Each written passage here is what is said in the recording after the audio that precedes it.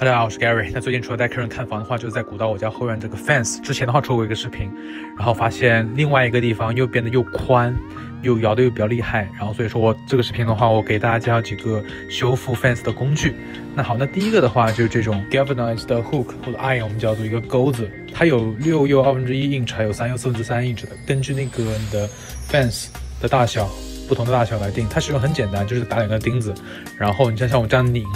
然后它中间就会越来越紧。它的东西也可以在，就是我上一个视频，比如说你的这个 fence 那个门后院的门有点沉降的话，这东西也有作用。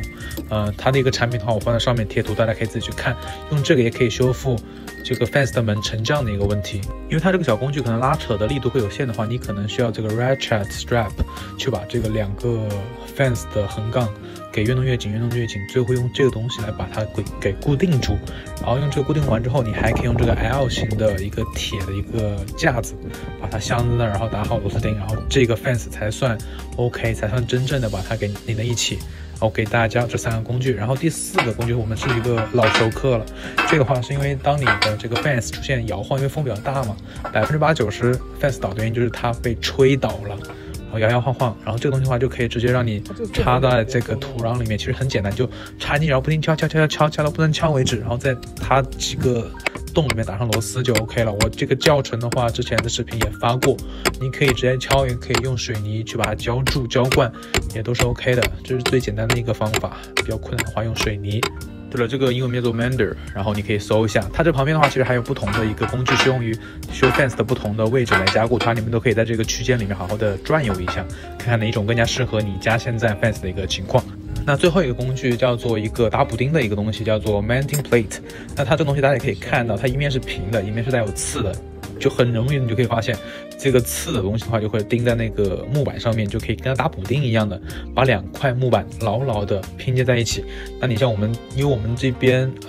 多伦多加拿大这边的话，修独立屋都是木质结构的嘛，所以说你看到很多横梁上面都是由这个把横梁和横梁之间固定在一起的，以防它摇晃，就像我这样子，就很简单，而且打起来真的是非常有治愈的感觉，把这些刺打到木头里面，然后这2块木头就会紧紧的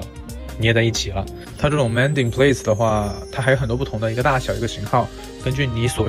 需要的一个大小的话，你可以买不同的，还是挺便宜的，从1刀到2刀，非常的便宜每一种。大家可以看到最后的效果，从这么宽的一个间隙的话，都已经修复好了，捏得非常的紧密，所以说这个摇晃也不会了。再加上我之前那个稳定器的话，这个木头非常的稳固，摇的话几乎都没有摇晃的那种感觉了。这就是我介绍给大家的几个修复后院 fence 的一个工具，你们可以好好保存起来。然后这些英文和中文的翻译也都在这个视频里面，如果你们忘记的话，还可以找到这个视频来看一下。fence 的话是每个人都会经历的一个问题，不管你的是新房还是旧房。如果你是一个旧的 fence 的话，有些摇晃了，你可以用里面的工具来弄一下，因为现在的好像是60到70刀吧，一个 feet 的长度也不是很便宜，你买一个像那种加固器也才20-30刀左右，可以避免一个更大的损失。如果新房的话，你也可以用这个来那个防患于未然，来加固它，之后呢可能很多年你都不用再换了。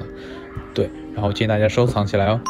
房屋需要关怀，生活如此有爱。关注 Gary， 一起用心生活。